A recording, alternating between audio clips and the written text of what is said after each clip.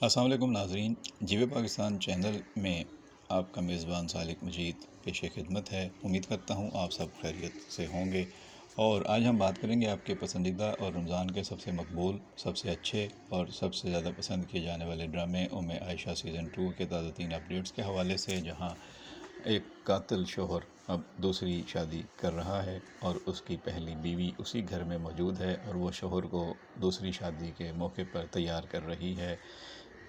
ایسا آپ نے کبھی نہیں دیکھا ہوگا، لیکن ہمارے معاشرے میں ظاہر ہے کہ اس طرح کی روایات نہیں ہیں۔ عرب معاشرے میں تو اس طرح کی چیزیں ملتی ہیں کہ بیوی خود دوسرا نکاح یا تیسرا یا چوتھا نکاح جب مرد کرے تو اس میں وہ شامل ہوتی ہے۔ پاکستان میں یا بھارت میں اس طرح کی چیزیں نہیں ہوتی، لیکن اس ڈرامے میں یہ دکھایا گیا ہے کہ ایک بیوی کے ہوتے ہوئے دوسری بیوی لانے کے لیے ازمیر جو ہے وہ تڑپ رہا ہے، اور اس سے زیادہ اس کی ماں تڑپ رہی ہے کہ کسی طرح بھی ازمیر اور ماہم کی جلد از جلد شادی ہو جائے اور اس کی عائشہ سے جان چھوٹے۔ لیکن عائشہ سے جان چھوٹنے والی نہیں ہے، کیونکہ وہ جو سمجھ رہے تھے کہ عائشہ پہ اتنا بڑا الزام لگایا ماہم کو اغوا کرنے کا، تو اس کے بعد شاید یہ ٹوٹ جائے گی، لیکن ایسا نہیں ہوا۔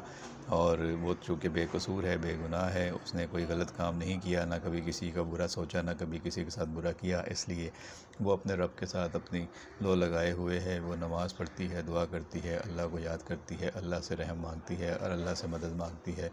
تو اب اس کے گھر میں دوسری شادی کی تقریبات شروع ہو رہی ہیں۔ پہلے منگنی ہو رہی ہے ازمیر اور ماہم کی، وہ بھی اسی گھر میں بڑے دھوم دھام سے اسٹیج پر اس کا بٹھایا جاتا ہے، اور ازمیر نے جو کپڑے پہننے ہوتے ہیں وہ بھی خود عائشہ تیار کر کے دیتی ہے۔ اب اس سے زیادہ فراخ دلی کیا ہوگی، لیکن ازمیر کی آنکھوں پہ پٹی بندھی ہوئی ہے، پتہ نہیں اسے عائشہ میں کیا برائی نظر آ رہی ہے، لیکن اس کو ماہم میں جو چمک نظر آ رہی ہے اور اس کے پیچھے بھاگ رہا ہے۔ اسے شادی کے بعد پتہ چلے گا کہ اس نے کتنی بڑی غلطی کر دی ہے۔ یہی بات دادی سمجھا رہی ہیں اس کو، لیکن سمجھ میں نہیں آ رہا۔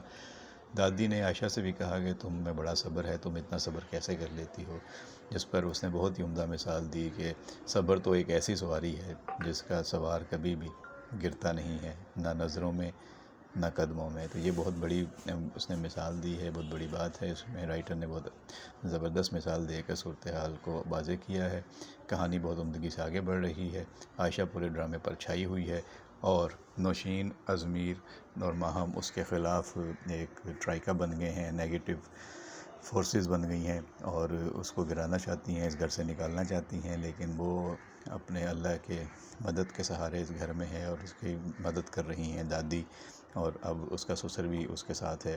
لیکن گھر میں فیصلے نوشین کی مرضی سے ہو رہے ہیں، ازمیر کی مرضی سے ہو رہے ہیں، اور اب اس گھر میں ابھی تک سب نے یہ دیکھا تھا کہ نوشین کا حکم چلتا تھا، اور عائشہ بہو بننے کے باوجود یہاں پہ کسی ملازمہ کی طرح ہی رہ رہی تھی، بلکہ ملازمہ شبانہ کو زیادہ خبریں ہوتی تھیں گھر میں کیا ہو رہا ہے، اور عائشہ کو کچھ پتہ نہیں ہوتا تھا۔ اس کو تو یہ بھی نہیں پتہ تھا کہ اس گھر میں منگنی ہونے والی ہے، وہ بھی اسے ملازمہ شبانہ نے بتایا۔ بہرحال اب جب نئی بہو اس گھر میں آنے والی ہے، آئے گی، آپ دیکھیں گے کہ ماہم جب بہو بن کے آئے گی، ازمیر کی دوسری بیوی بن کر اس گھر میں جو ہے وہ حکم چلائے گی، تو پھر نوشین کے پیروں سے زمین نکلے گی۔ پھر نوشین کو پتہ چلے گا کہ اس نے اپنے پاؤں پر کیسے کلہاڑی ماری۔ اچھی خاصی اس کی خدمت کرنے والی، عزت کرنے والی بہو عائشہ موجود تھی، تو اسے کیا ضرورت تھی کہ عائشہ کے سر پر ایک سوتن لے کر آتی، وہ بھی ماہم جیسی خود سر لڑکی جو کسی کی نہیں سنتی اور وہ اپنی مرضی کرتی ہے۔ اب وہ خود مختار ہوگی اپنے فیصلوں میں، وہ عائشہ کی طرح فرما برداری نہیں کرے گی، تو پھر لگ پتہ جائے گا نوشین کو۔ تو یہ بہت جلد آپ کے سامنے ہونے والا ہے، اور عائشہ کو اس کے صبر کا اور اس کے سچے ہونے کا انعام بھی اور پھل بھی ملنا ہے۔ وہ آگے جا کے ہم دیکھیں گے کہ اس کا شوہر بھی پچھتائے گا، جو دادی بھی کہہ رہی ہے کہ اچھی خاصی بیوی ہوتے ہوئے وہ دوسری لڑکی میں خوشیاں ڈھونڈ رہا ہے، بہت بڑا بیوقوف ہے، اور وہ نادانیاں اور بیوقوفیاں جو کر رہا ہے وہ اس کے سامنے آنے والی ہیں۔ شبیر جان جو اس میں والد کا کردار ادا کر رہے ہیں فرقان کا، انہوں نے کسی حد تک تو پازیٹیوٹی دکھائی ہے، لیکن وہ اتنی دلیری بہادری نہیں دکھا سکے کہ ازمیر اور نوشین کو ماہم کی دوسری شادی سے روک سکتے اور عائشہ کو گھر میں ہوتے ہوئے انصاف دلا سکتے۔ وہ زبانی طور پر ان کے ساتھ ضرور کھڑے ہیں مورلی، لیکن عملی طور پر وہ کچھ کر نہیں پا رہے۔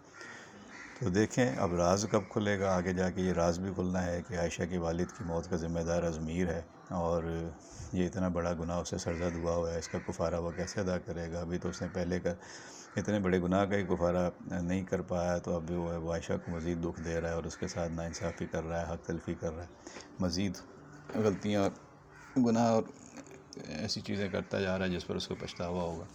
تو آپ کو ڈرامہ کیسا لگ رہا ہے، آپ اس کا اینڈ کس طرح دیکھ رہے ہیں، اور آگے کیا آپ کو سمجھ آ رہا ہے؟ اپنے خیالات کمنٹ باکس میں ضرور ہم سے شیئر کیجیے گا. اپنا خیال رکھیے گا. بہت شکریہ.